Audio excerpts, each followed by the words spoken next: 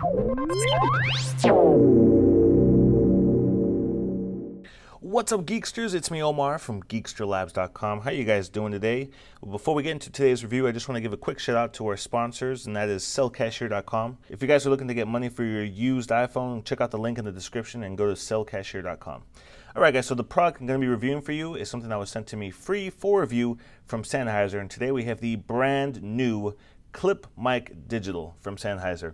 And so this is basically a mini clip-on lapel mic with lightning connector for iOS devices. Now Sennheiser has partnered up with Apogee for this product, and that's how they were able to get some of the cool technology into this. And keep in mind that during the course of this whole review that I am currently recording this entire review on the Sennheiser ClipMic Digital. So all the audio that you're listening to right now is coming from this microphone, which I'm recording on the Apogee Meta Recorder app. And we'll talk about the app in just a second. Let's first discuss what's included with the ClipMic Digital. So first off, we have the clip that you'll use to attach it to your clothing. Next, we have a metal windshield. I did read on a couple other places they do mention that foam windshield is included, but with this package I have here, it only comes with the metal windshield. Next is a really small, soft carrying pouch that you can keep the whole thing wrapped up in. And last but not least, we have the spec sheet and quick start guide. So now let's discuss some specs. So the microphone that's included with this product is Sennheiser's ME2 omnidirectional condenser mic, and it has a frequency response of 30 to 20,000 hertz.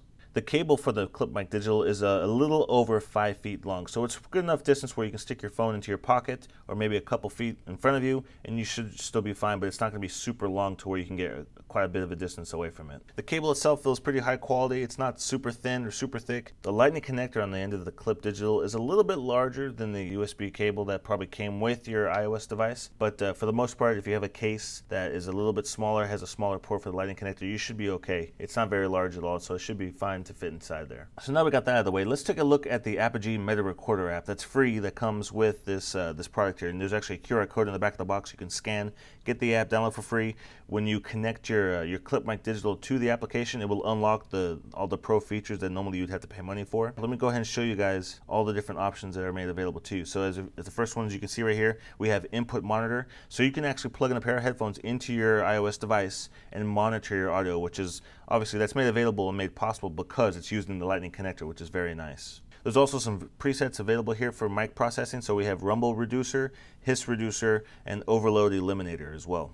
You can also add a marker at the start of record.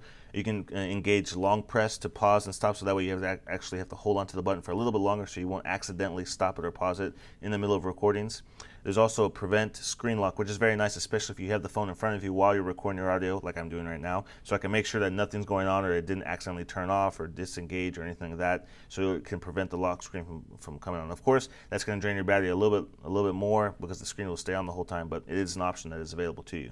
And next we have the option to connect your Dropbox account, and that's one of the ways you can send the audio files to yourself through Dropbox, or you can try to email them to yourself. Most of the time the files, if they're going to be longer than a minute or so, are going to be bigger, probably too large to email, so Dropbox is going to be the way to go. You can still plug it into your iTunes on your computer, on your Mac, and get to the files from there as well, and that's obviously a much faster way to pull them off of there. But if you don't have access to a computer, you can always send it to your Dropbox. And that is one thing to consider, because some of these files are going to be really large, especially if it's at 96 kilohertz at 24-bit. If you're recording about 10 minutes of audio, it's going to be close to 200 megabytes. So depending on the length of how much you're recording the audio, it's going to be quite a big file size for you there, which will obviously take a little bit longer to upload to Dropbox if you're going to try doing it wirelessly. So when it comes to some of the specs, let me show you some of the different options you have here. So when it comes to bit depth, you can either pick 16 or 24 bits.